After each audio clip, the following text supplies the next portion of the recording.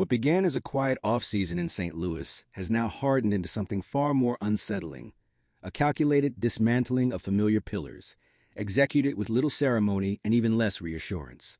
The St. Louis Cardinals, long defined by continuity, stability, and an almost stubborn resistance to full-scale rebuilds, have taken a series of steps that suggest the organization is no longer trying to patch a leaking roof.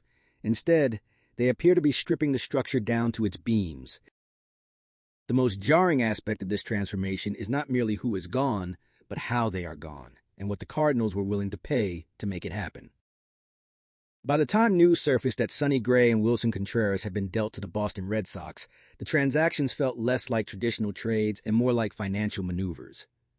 They did not wait for leverage. St. Louis did not extract maximum prospect value. Instead, they absorbed salary, effectively paying Boston to take two of their most established veterans off the books. Inside baseball circles, that detail has become the central point of discussion. For years, the Cardinals sold themselves as the model of competitive sustainability, a franchise that never bottomed out, never tanked, and never truly rebuilt. Even during down years, the organization insisted it was retooling, not resetting. That language has now quietly disappeared. What replaced it is silence. Multiple league sources describe a Cardinals front office that has become deliberately opaque. Calls are returned slowly. Messaging is vague. Internally, even some club personnel admit they are still adjusting to how aggressive the philosophical shift has been.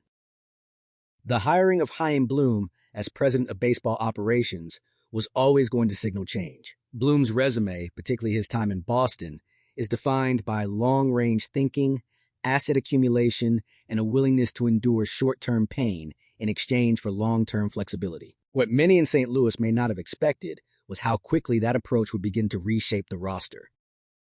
The Gray and Contreras trades did not happen in a vacuum. Instead, they were facing structural problems, an aging core, declining pitching depth, and a farm system that, while improved, was not yet positioned to supplement a veteran-heavy roster fast enough. They followed months of internal evaluation that reportedly concluded the Cardinals were not one or two moves away from contention. In that context, Gray and Contreras represented something uncomfortable, value that would only decrease with time. Sonny Gray, though still effective, carried age and injury considerations. Willson Contreras, a respected clubhouse presence, also came with positional uncertainty and contract weight. The Cardinals could have waited. They could have hoped for a stronger market at the deadline. They chose not to. One front office executive from a rival National League team described the moves bluntly. That wasn't about winning a trade. That was about clearing a runway. The runway, however, leads somewhere unfamiliar.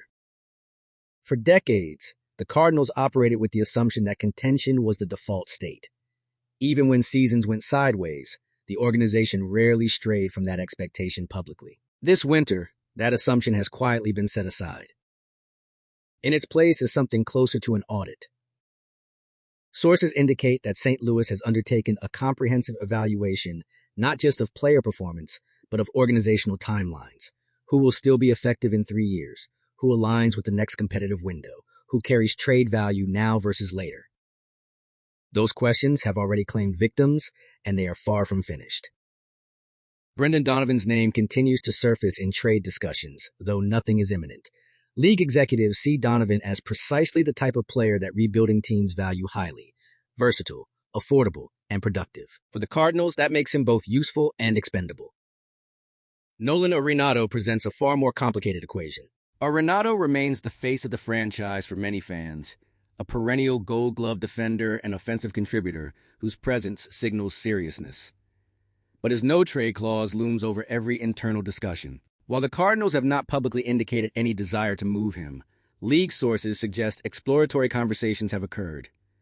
Not because St. Louis is desperate to offload him, but because they are attempting to understand their options. The problem is not whether Arenado can still play at an elite level. It is whether his timeline aligns with what the Cardinals are now building toward. One veteran scout put it this way: if you're not trying to win in the next 2 years, then you have to ask hard questions about everyone over 30. Those questions extend to the pitching staff as well. By moving Gray, the Cardinals removed not just the top of the rotation arm, but a stabilizing force. The rotation that remains is younger, cheaper, and far less proven. That appears intentional. Internally, the Cardinals are believed to be placing significant emphasis on developing their next wave of arms, even if it means living through inconsistency at the major league level. That approach carries risk, particularly in a division that remains winnable, but it aligns with Bloom's long-term philosophy. The trade-off, of course, is patience. For a fan base accustomed to annual relevance, patience has never been the Cardinals' strongest selling point, and that is where the tension now lies. Attendance has already shown signs of softening. Fan forums and talk radio are dominated by confusion rather than outrage, a sign that many are still trying to understand what exactly is happening. Is this a full rebuild, a reset, a temporary step back? The organization has not provided a clear answer. What they have done is begin reshaping the roster in ways that suggest optionality is the priority. Short-term contracts, low-risk signings, players who can be flipped if necessary. Even rumored free agent targets such as Harrison Bader, Miguel Andujar, and Austin Hayes fit that profile. Stopgaps rather than cornerstones. These are not the moves of a team pushing its chips to the center of the table. They are the moves of a team conserving flexibility. Flexibility, however, does not win games by itself.